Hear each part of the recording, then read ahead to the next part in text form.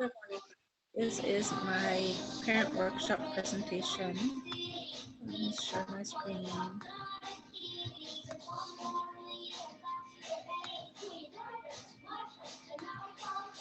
I chose portfolio assessment by Ashley Trujillo. What is portfolio assessment?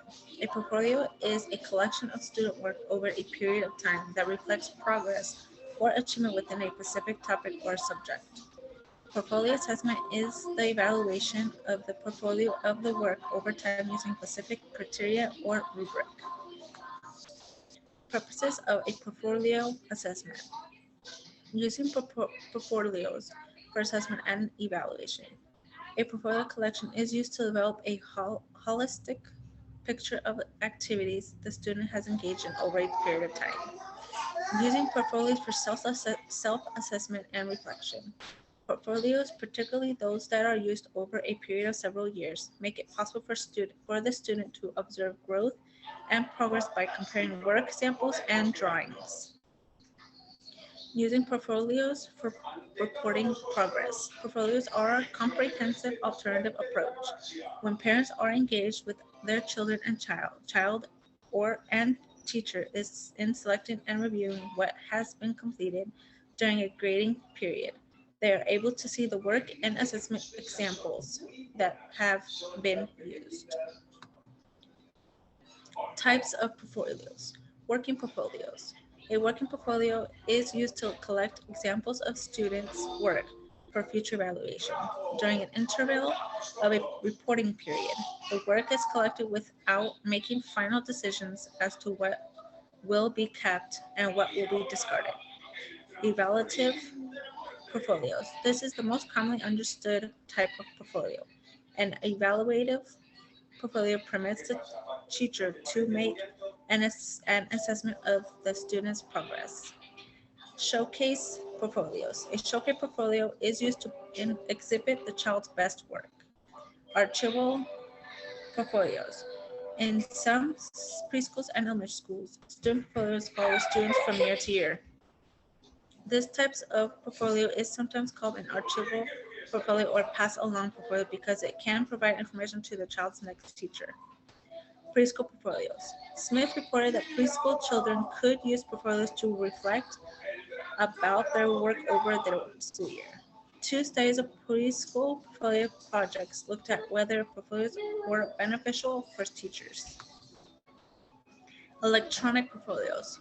When the first ideas about portfolios were being developed in the 1990s, the focus was on paper portfolios and containers for portfolios.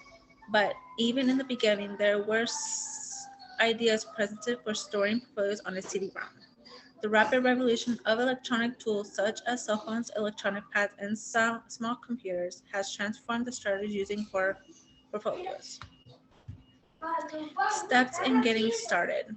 What is the purpose? The purpose of portfolio is determined by the teacher's objectives for assessment. How will it be organized?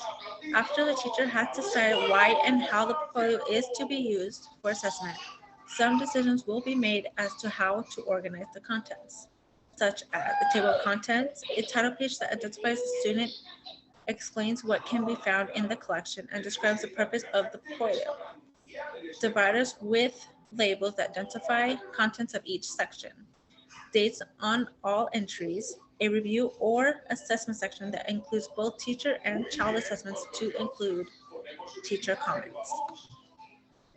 Where will it be stored? The purpose for the portfolio and types of materials to be stored influence the types of storage containers to be used, such as expandable file folders, X-ray folders, pizza boxes, grocery bags stapled inside each other, large mailing envelopes, office supply boxes, paper briefcases, shoe boxes containing file folders, plastic crates, CD-ROM, and computer program.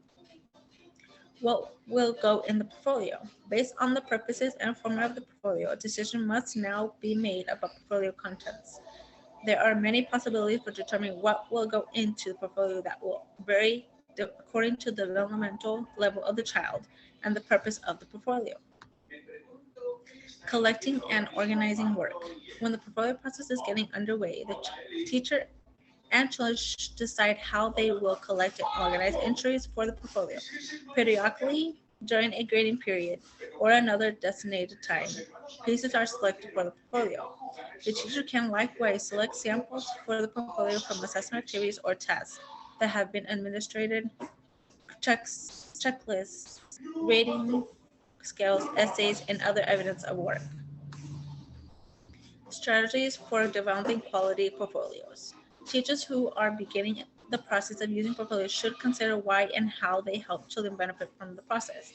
Understanding what they wish to accomplish will help them initiate their efforts correctly, such as determine a theme, subject area, or areas, or which developmental categories will be assessed. Determine what type of container or storage method will be most useful. This can include digital storage for long-term use.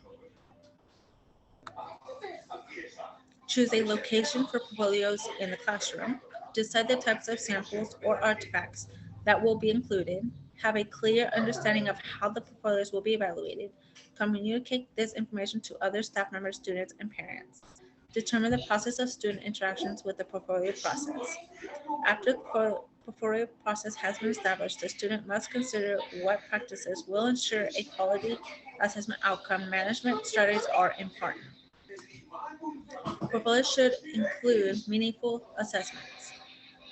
The teacher should establish a system of observation and recording observations that reflects authentic information, such as develop a plan for collecting and analyzing children's portfolio entries. A system for evaluating each student will ensure that all children are considered and included in the analysis for their work.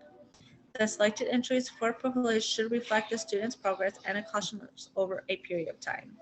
All entries should provide evidence that instructional goals and objectives have been met. Rubrics that are used for assessment should include the required components and expectations for specific criteria for grading.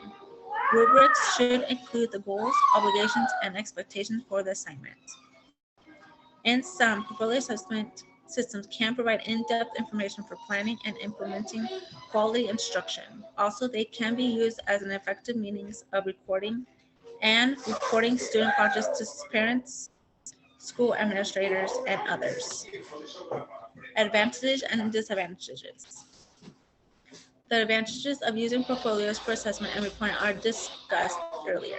Portfolios permit a wide range of assessment methods in a variety of ways that children can demonstrate mastery and growth in development. They allow for flexibility in how the